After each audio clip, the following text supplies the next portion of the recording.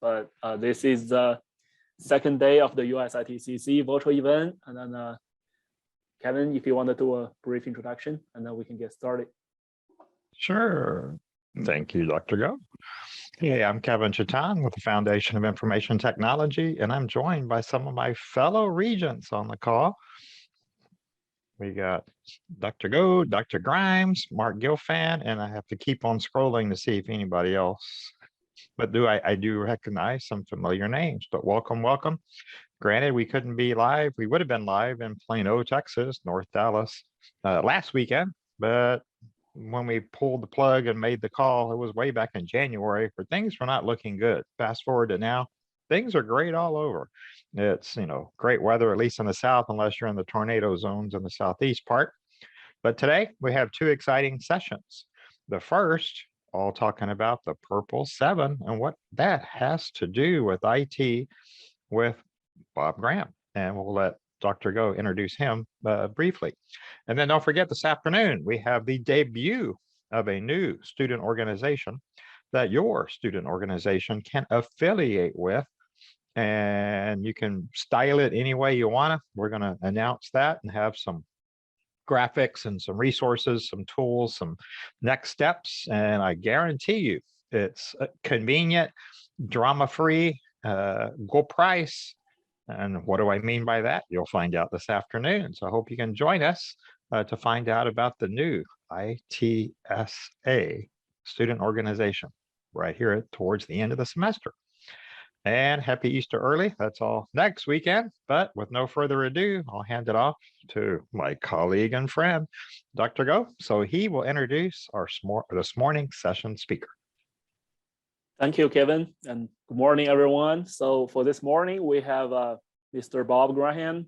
He is currently serving as IT director for Fialchi from USA. And then he's also serving with the Springfield Tech Council in Springfield, Missouri. And he has been in the IT world for a long time. And then for today, he will be sharing with us the color purple and number 7.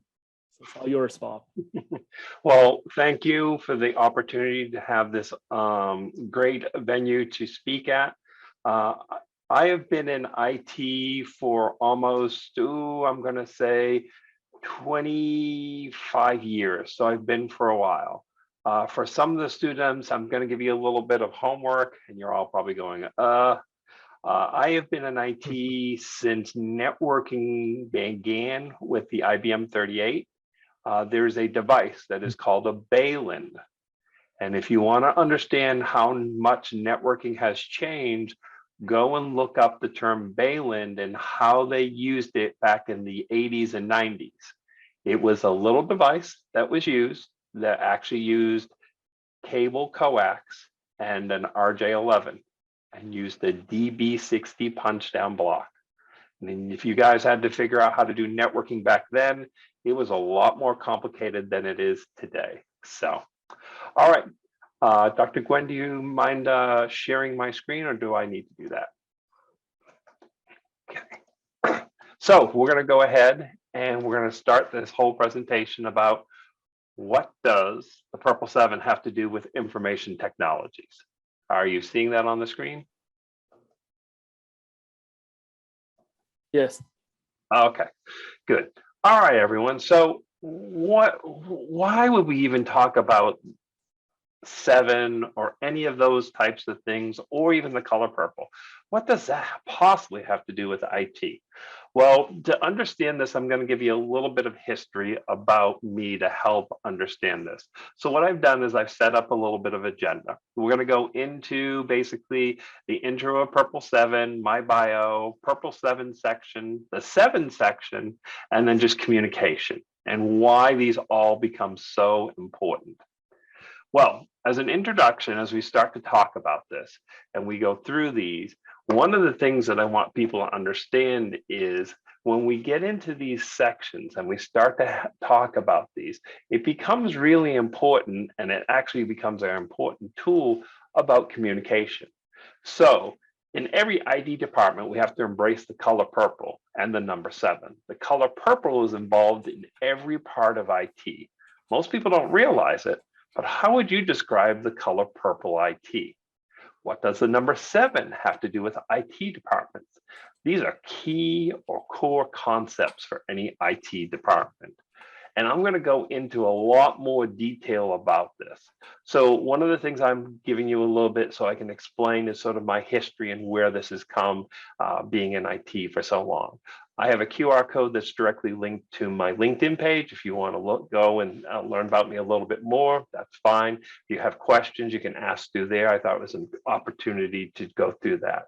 So why do I come up with this 7 purple? Well, first of all, I work for Fiocchi of America. If you've never heard of Fiocchi, we are actually an ammunitions producer. We produce ammunitions across the country in the United States, almost 500 different types.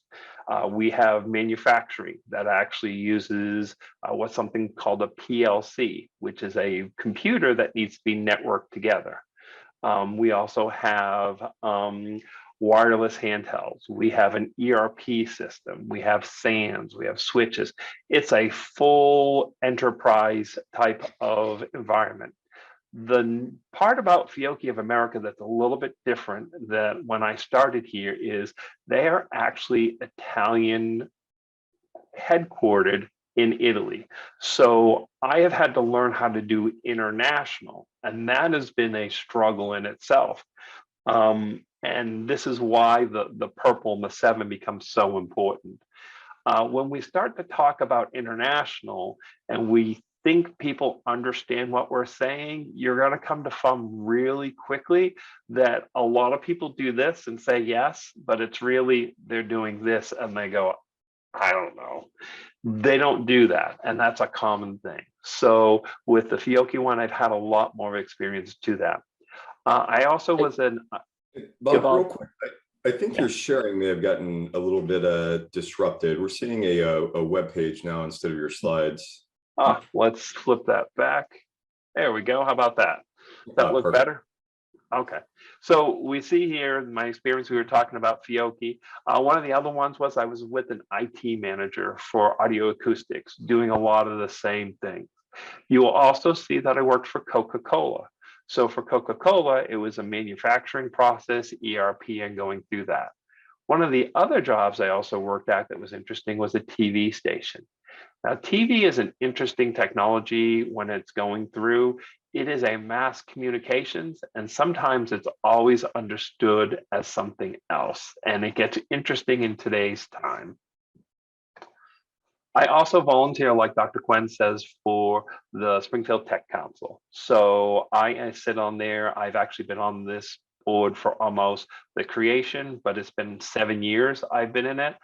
If you get involved in IT, one of the things I would really recommend is you join an organization. Why? If you think that once you're done with college, you're not going to have to re-educate yourself or retrain yourself, you are sadly mistaken, unfortunately. IT is constantly changing. You have to have the ability to teach yourself, figure out stuff, understand stuff. And it may be that you may not use it at this point, but sitting in like a sales pitch, it can come back to help you 2 to 3 years later when you look at this, and it becomes very important.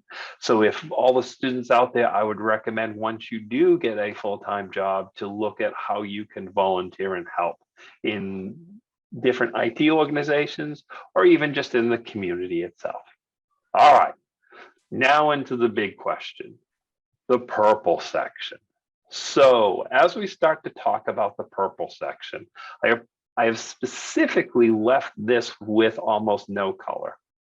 So I'm going to ask a question of the group, and this one's going to be a little bit interesting to see how we can do this. So everyone, when I use the term purple, everyone in their mind thinks of a different color purple.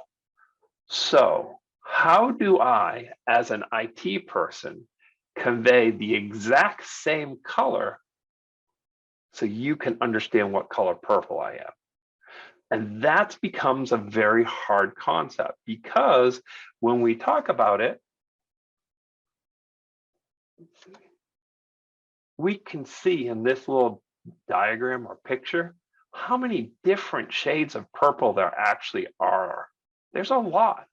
So when we're trying to talk about IT and we're trying to communicate stuff, if you start to think of the color purple, it's a communication medium. And what do I mean by that?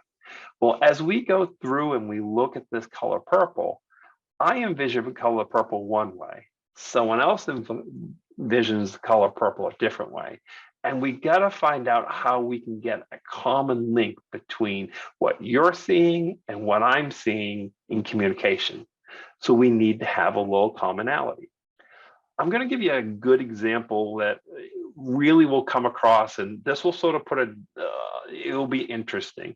So teachers will actually understand this simple symbol differently than most students. And what do I mean by that? If you're a certain age, this has a different meaning in today's time. So back pre-internet, this was the pound sign. Everyone used it in that fashion. And today, it's a hashtag. If I put that symbol on the screen, how do I communicate to you that this is a pound sign and not a hashtag? This general concept of thinking someone understands what you're saying in IT is the greatest fallacy in IT. Communication causes more problems and misunderstanding than you can possibly imagine. So what do we got to do to get over this communication hurdle? The big thing that we need to work on is a common point that we're both going to understand. Well, what's a good common point to, let's go back to the color of purple. What would be a good example? Well, what if we say Barney? If I say Barney, the color of Barney, the purple, everyone who knows Barney knows what color I'm referring to. Now, the best part about this is if the individual knows Barney, then they know the color. You've now got this commonality that you have to do. Now let's make it a little bit more complicated. If I have a sand or I have a desktop or a computer icon and I'm working with an individual, I need to get that terminology to where they understand it. They may not understand all of the IT slang that we use back and forth, but this becomes important that you have to find a way to communicate this to help them thrive. Because in the IT field, your end customer is the employee that you're working with. And if they don't have a good understanding of it and your terminology is wrong, you can actually have two different meanings. Now, I sort of went through a little bit that I work for the company of Fiocchi, and I'm going to give you a good example of this. And most of us probably wouldn't know this. In Italy, they use a term called division. Now, in the United States, we think of a division as either a multiplication or a division or a different part of a company division. In Italy, the term division actually means go to market. So if I use that term trying to communicate to the Italians, they're completely misunderstanding me when I'm saying, well, if I divide it by half or it's a division of 2, they don't understand what I'm talking about because they're like, why does 2 go to market? It gets extremely confusing. And that's the whole point we're trying to get across with the color of purple. It's terminology, and you'll hear it. IT terminology confuses people. So as we do that, we've got to find the commonality. As we start to find commonality, you're going to run across what I call the number 7 in training, okay? One of the main things that comes about with IT that most people don't expect is you've got to train people. People either sometimes may get it or sometimes they don't, and you have to spend a lot of time. And training not only includes training, but support. When you're working in IT, you will come across and you will actually see that sometimes it's really not an IT problem. It's that they're doing the process wrong. They've even been trained wrong. And we need to understand what that process is and how to do it, because we can do things on the computer 7 different ways. let's use the Windows. In Windows, I can copy by right-clicking and telling it to copy. I can hit Control-C. There are multiple different ways.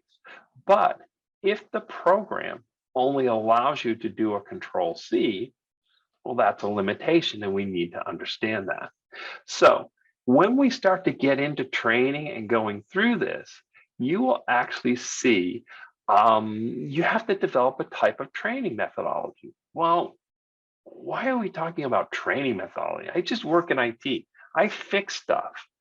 The key becomes when you're in IT, it's not just fixing stuff, but actually communicating with the person you're working to fix.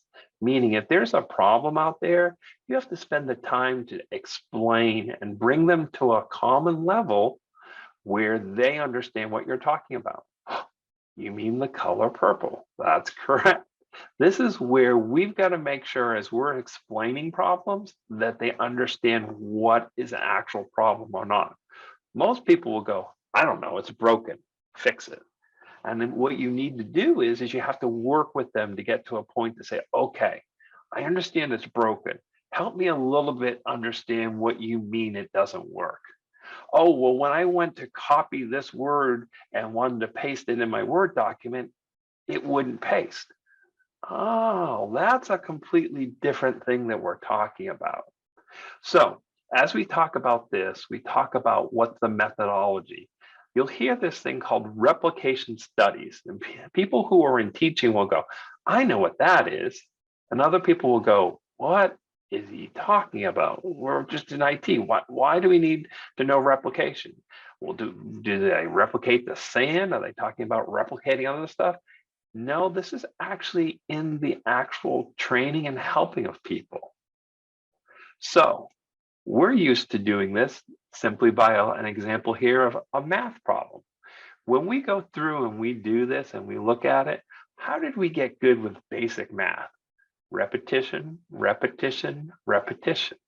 Well, the whole point behind this is trying to understand how to get people to understand and learn stuff.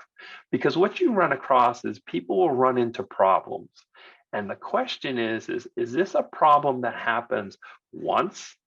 Or is this a problem that happens monthly? Or is this a problem that happens daily? So what we got to figure out is how do we get them to understand that? So I have some rules and guidelines that I use for the number 7. When I have someone and I'm working with them and I'm trying to get them to understand that this is a problem that's going to repeat. So let's say there's an issue and they just don't feel comfortable in the new process that they're doing. What I tell people is you've got to repeat it 7 times. And they go, well, why 7 times? And I tell them, when you repeat this 7 times in your brain and you practice it 7 times, people become very good with this. There's one caveat with that. If you don't do this 7 times in a 30-day period, you forget. So now the problem becomes is how do I handle something that I've got to do as a repetition, but I may only do it once every 30 days. So what I make a recommendation is I tell people, you're going to document that process, but you have 7 times to reach out to me. So this is where the number 7 comes into play, is you tell people that if they've got this issue and you need them to feel more confident, you tell them, hey, you can reach out to me 7 more times. This does a whole bunch of things when you start to do this. So as you do the training, or if you're doing on the support side, when you tell someone, oh, don't worry about this, let's go through and show you how to fix it. And we go and fix it. As soon as you're done, you tell them, hey, if you have more problems with this, you still have 7 more times to contact me. And most people go, why would you tell an IT person that you could reach back 7 more times? In today's technology, you're going to find people who are very, very good with technology and people who are very, very afraid of technology. So one of your jobs that you've got to figure out is how do you manage to help the people who don't have very good confidence in technology? Because you've got to build them up. The 7 rule helps you with that.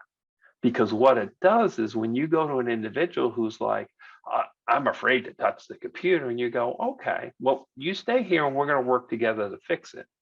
And you'll explain to them, this is how we fix the problem. They will usually go, wow, that was very easy.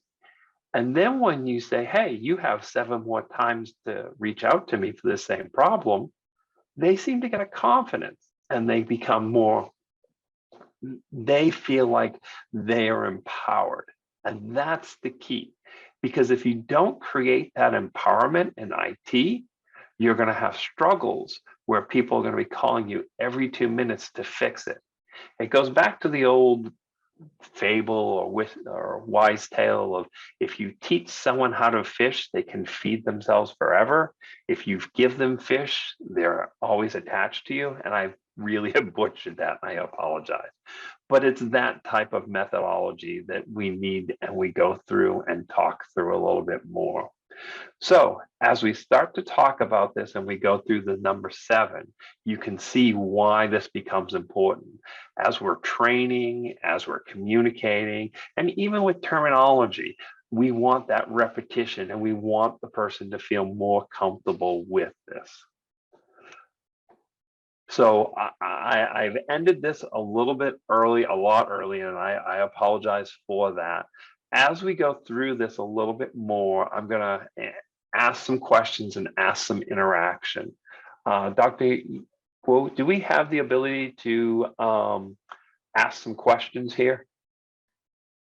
We can, by asking questions, let students type in the chat and I can relay that, or the student can unmute themselves and then just speak. So whichever way do we prefer, we do have the capabilities. I will leave that up to them to ask some questions, and if they have any that they would like to ask. And if not, I'm going to have an actual exercise we're going to practice.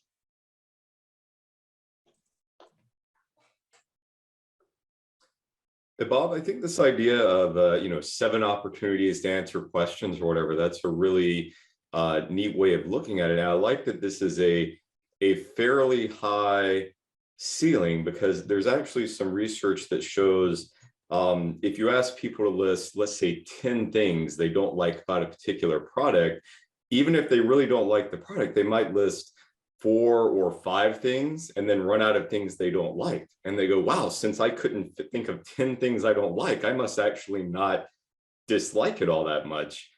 So the thing with 7 questions, even if they come to you 3 or 4 times, the user is going to go, wow, I didn't even have to use up all of my questions, all of my attempts. I'm actually more competent than I thought I was. So I like the way you frame that. It's interesting. And where I find that a lot is people who are very afraid of technology. They have to do it for work, but they're like, oh, I'm going to break it. I'm going to break it. I can't touch it. And the whole key becomes is that, hey, if I can get you to feel more comfortable with technology, and you start to understand that you're really pretty good, you aren't as bad as you think you are, then there's that confidence. And there's also a competition in there, and it becomes interesting. So when they do it the first time, they're like, well, I know I'm not going to use 7 of them. I may only reach out 1 more time. And what happens is what we've noticed is the number of support tickets drop tremendously. That they know that if they have to, they can, but they feel empowered. And that's the key success to this, is if you create that empowerment in an organization, it gives you then the ability to do other things in IT and work through things. The color purple, I can't tell you how many times I have to do that, because as we go through this, that color, I usually go ahead, and we can't do it in a virtual environment, but what I tell people is I want you to go ahead, and the person next to you, I want you to describe the color purple, but you cannot use a noun. How would you describe the color purple to someone to match or get me to understand that same color? Because purple is a universal color, but you look at all the different shades and what's going on, it's so hard to convey that color purple that you are thinking of until you get a common item that we can intersect, which Barney is a good example of that. So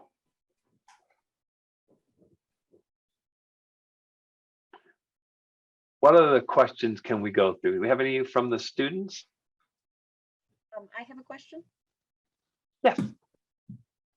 So my question is, 7 is a very particular number. You know, it's, some people might think, 5 or 10. So I was wondering how you got to that very particular number for people being able to come back and talk to you. Okay. So the interesting part is I've only had one person in my 20 years who hit 5.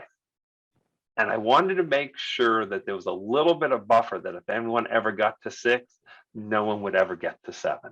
And that's how I literally got to it. Over 20 years of experience, I've never had anyone hit 7. I've had no one ever hit 6, but I have had one individual who did hit 5. What that did cause me to do is to go back, and remember I was discussing, if you don't do that task the same time and you don't repeat it within a 30-day window, it helped to develop that rule that if you don't repeat this, you need to document it. Now, when you document it, you tell them they're documenting it, but you're going to help them each time. Because what happens is the first time, they miss 50% of it, but that's okay. The second time, they're really, really striving, they get almost 80 to 90%. The third time, there may be 1 or 2, but you've also now created this whole image that, hey, I'm an IT guru. I actually documented my process. Look at me. And they now start to think that they are more technically aware and more technically seeing what's going on, and it's contagious. That's the best part about this whole thing. And as students, you guys haven't experienced this yet, unless you have a part-time job where you're dealing with people in IT. But the key is the more you can help them and get them that, the better it turns out. Thank you. That was a good question. Thank you. Bob, I would also throw in one little caveat. I heard years ago that IBM had done a study in reference to marketing where they determined that it takes 6 repetitions before 2/3 of the people will remember 2/3 of the information. So 7 is a really good number. There's some magic behind number 7. We'll put it that way. Do we have any other questions from students? Any questions about jobs or interviewing processes? One of the things I do is hire students. One of the things that I actually do here is we started off, we bring in part-time people and we take college students and we promote them to full-time. Why do we do it that fashion? It is great when you go to college, and I hope you guys understand that when you graduate college and you go for your interview, don't get discouraged if you don't feel you have enough information. I can tell you today, I still don't understand all of IT, and I'm always learning all the time, and it's constantly changing. The key becomes in IT is you've got to have that ability to self-teach yourself. What you learn today will change in 2 to 3 years and be completely different. And you'll go, well, how could that possibly be? I will give you a good example. In our current facility, we use a product called Cisco Meraki. It's a cloud-based one. Every 2 to 3 years, there are major changes in the software. And if you don't keep up with them and self-teach yourself on those, from when you started and took maybe a class to learn about it, it's completely changed. And you find that in the IT industry constantly. And that's the most important thing I would tell you. When you go for a job interview, the number one thing I look for is soft skills. Do you have people skills and can interact? Because if you think you're going to sit behind a computer all day and just type away and do that, in today's world, it's not. It's communication and working with other people. You become so dependent because the IT department is the infrastructure for the company. You basically get all the goods flowing, you get the information flowing, you get the communication flowing, and you've got to be able to communicate. Communication is extremely hard. You will hear companies talk about this all the time. The key that comes in an interview part is to convey that you are an extremely good communicator and that you have very good soft skills and that you can actually go through and communicate stuff. One of the things that I actually do is I do a unique test, and I actually brought the test here. So give me a second. So as one of the little interactory things that I'm going to do here is when I do a test, I actually get, and you guys are going to laugh at me, but we bring, oh, look at that, they blur them out. I'll put it in front of me. Blocks, little blocks like this. And they go, well, what are you trying to do? So what I'm going to do is we're going to actually do a mock interview with this, okay? So my first thing I will do is I will take and I will place this block in front of me with the letter T. And you will see that it has the letter T facing you. The next thing I will do is I will have you write down as instructions. So the whole point of this exercise is to understand if you can actually communicate and write documentation. So what we're going to do in this one is I'm going to have you write down the process to build what we're going to do. So my first one is, this is the first block. So please write down in a statement on a piece of paper what this is facing, okay? I'm going to now bring in a second block. Please describe now what I've done or how I have built this. We're going to build a little pyramid, but what I'm trying to do is to get people how to document this process. And I'm going to give you about 15 seconds and we'll go on to the next one.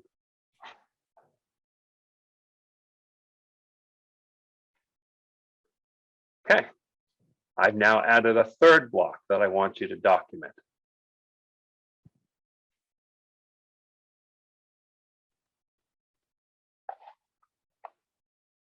Here comes the next block.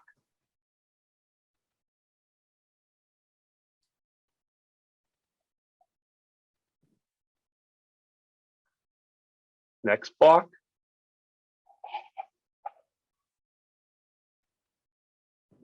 And last block. So you can see I built this in this fashion. Now I'm going to take it away. What I do now is I bring in another individual and I take what you've written down and I have them use your instructions to build it. Why do I do this?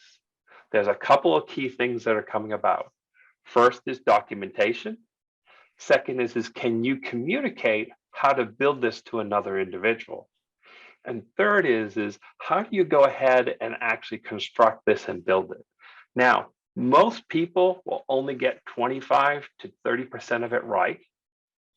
There is a secret to this that yet no one has actually gone through, and I'm not going to disclose it at this point. But as everyone goes through and they write their statements, the key becomes is to understand how far you can get and how it is, because you've got to communicate. So when we were building this and we were talking here on the bottom and we were talking about these,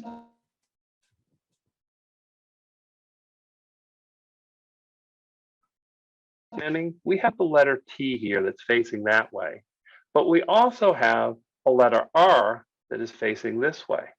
If you didn't document the R facing this way, how do you know this block is going to match exactly the same? So these are some of the things as we start to talk about communications and we start talking about this, is trying to figure out how I communicate these two blocks, how to get the end user to understand it. This is the color purple because we each interpret this differently. I only saw the letter T and this symbol. I didn't think about that. I didn't think about that. I didn't think about that top one. Well, when I built this, and I don't know if anyone noticed, I actually put the third one, it was actually on top of the first one. It wasn't in the middle of it. So that's another part to the documentation that comes about. We all interpret things differently. It's almost impossible to have this match 100% of the way. I would recommend that you practice that a little bit. Documentation is a very important part. Plus, you get to play with kids' blocks. I hope that was entertaining and yet informative, because I know students are always looking for little tricks. We do have a question in the chat. So the question reads, is the IT person typically involved with the user's documentation for the process in question? Yes. What it usually works is there's twofold. The IT person has to understand the process, but the end user usually builds the process. Why is that so important? Let's talk in a big picture scenario, like an ERP one. When you have an ERP project and you roll it out and you have one person, let's say it's the bookkeeper, okay? And the bookkeeper is always used to saying, okay, in the software, I enter the bill, I pay the bill, and I mail the check.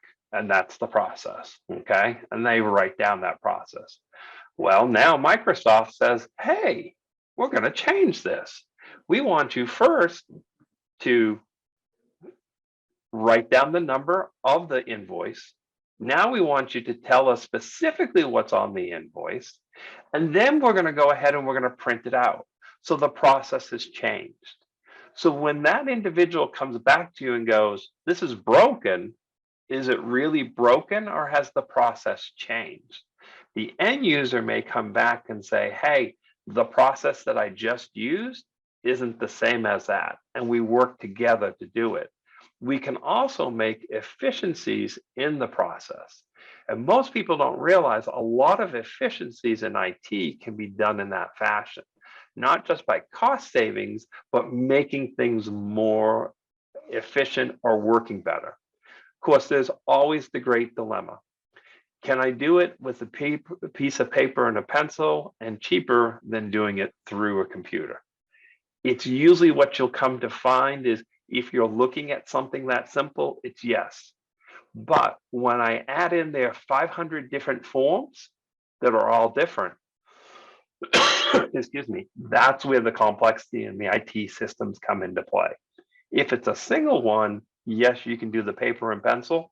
But what the IT does is gives you that ability to add a lot more different dimensions or add in a lot more different types of products or issues. And that way there, you're not just dealing with one, but you may be dealing with 100, 200, or even thousands. And that's where the benefit of a computer system comes. If it's a very simple one, yes, paper and pencil work perfectly. I hope that answered that question. Thank you. I thought when we were talking about purple, you were going to go down the PMS color code or the RGB code number rabbit hole as a clear, definitive way of what shade. Or you could go the marketing angle and the emotion surrounding the color purple, much like IBM blue. Yes. And it's interesting because really when we start to have that conversation, I always tell people, everyone thinks of a different color purple. But the question is how do you convey that? Because it's really hard. Give me something besides Barney that would convey the exact same color of purple. You know, people will go, oh, well, violets. Well, I could think of, there's tons of shades of violets. So I'll use a good analogy, and this is one in the IT world. You'll say, hey, have you powered down your computer? Yes, I restarted my computer. Well, what's the difference between a power down and a restart? Well, restart means is basically it restarted and didn't clear out the RAM. A power down in my mind means you actually power it off, the RAM empties out. Terminology wise, are you doing the same thing? Sort of. Is there a big difference? Oh, yes, because if I've got a RAM issue that may be in there, powering it off fixes that issue. And it goes back to that. IT terminology probably causes 75 to 85% of the problems. And then the more that people understand that, the easier it makes it. And as an end user or someone presenting that, if you understand that, you're going to get it. Because the first thing that people are going to do is they're going to go, oh, sure, I understand that color purple. I know exactly what you're thinking. And it's like, no, I don't. And I see this a lot. I see it with a lot of international companies, like the international company. What we think and what they think are different. So we have to make sure we expound and we ask. So there's certain questions. Can you repeat back to me what I just said? Very common. And what you'll come to find with that statement is people will repeat back something completely different and not even close. But you have to go, hey, that was a good shot. What, I must not have communicated that right. Let me explain it a different way. And that's that key to that commonality. How do you find the commonality between the person you're working with and yourself that you both can relate to? Because technology changes so much that that could evolve greatly differently in different ways. You know, Bob, regarding this difference in a restart and a full power off, and how do you communicate that to users? One of the things that we used to do back in my tech support days was not restart or power off, but to physically unplug your computer from the wall, right? And there was a little bit of magic in that. You know, you're doing a physical thing. This isn't something you're just interacting with your computer, but, you know, get under your desk, do this physical thing, and that's going to yield better results. And it did, right? There's no ambiguity there. Yes, you've removed the color purple. It's very clear because you found that Right. commonality. The commonality is the plug that goes in the wall. And it's surprising when you start to think about how commonality really becomes important in IT. And depending on what you try to do to accomplish that commonality. And most people are like, I just want to fix the problem. Well, fixing the problem is only 10% of it, 10% of it. It's communicating that fix to the individual where you're going to spend more time and resources in doing.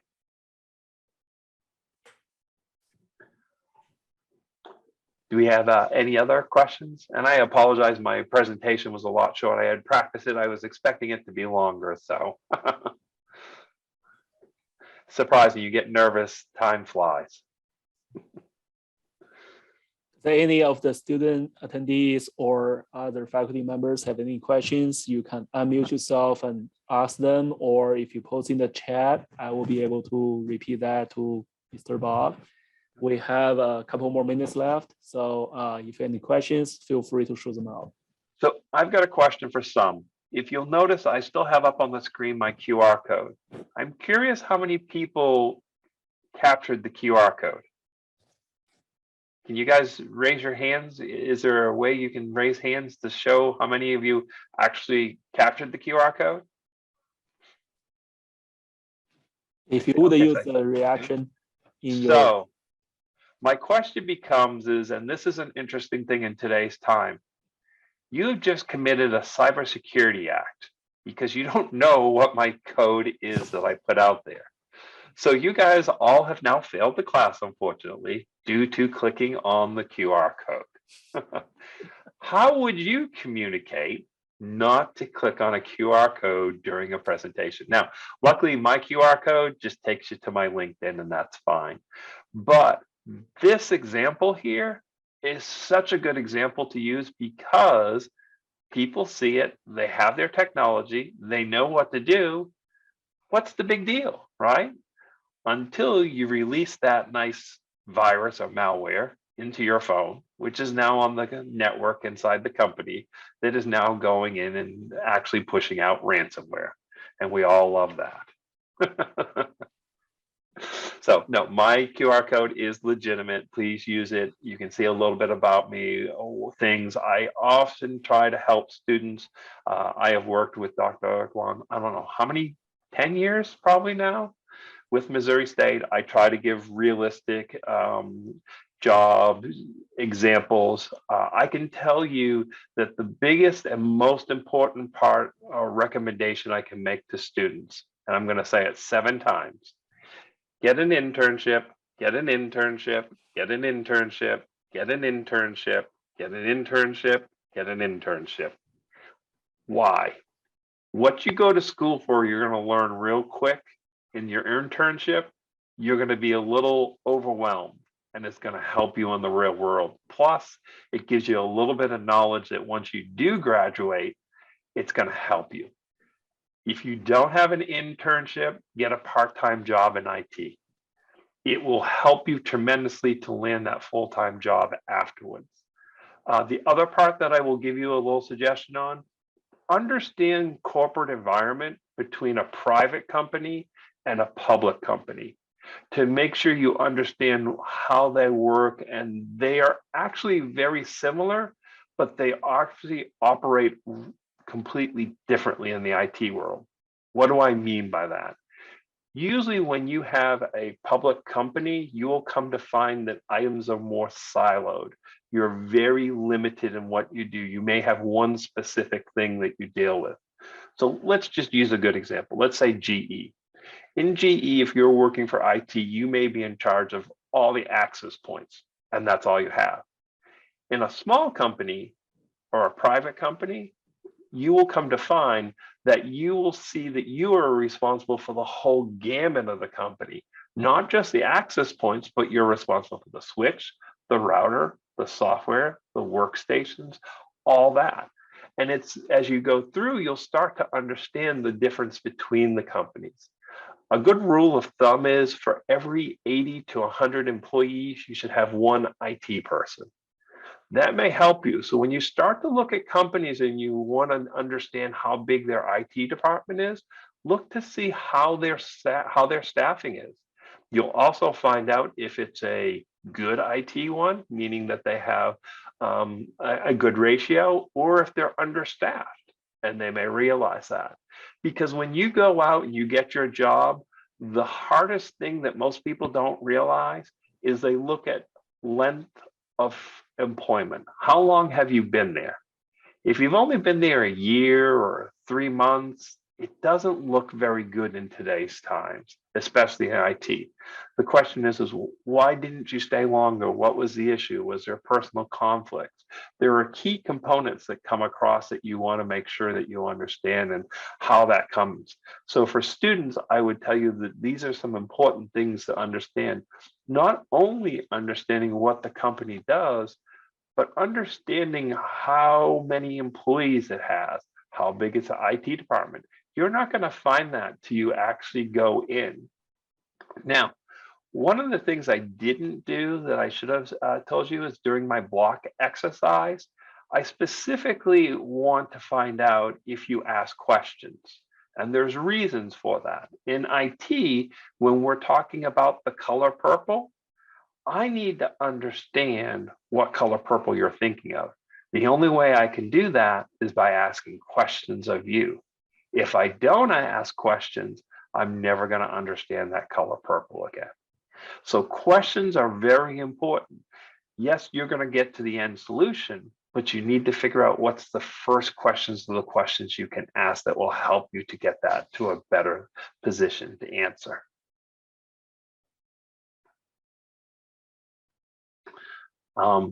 Is there any other questions or any questions about job opportunities or things during interviews, the do's or don'ts that I could help any of the students with?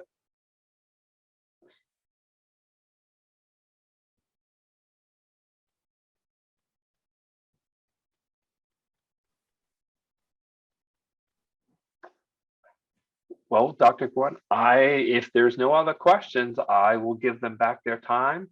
I hope this has been an informative and you've enjoyed doing this. I really appreciate it. And thank you for the opportunity. I apologize I didn't fill the full hour and a half. I feel a little guilty, but hopefully it's not the amount of time, but what you've learned. So yes. The one thing I will do is show you one thing. Just remember, the number 7 and the purple is the key to a good IT organization, okay? Thank you.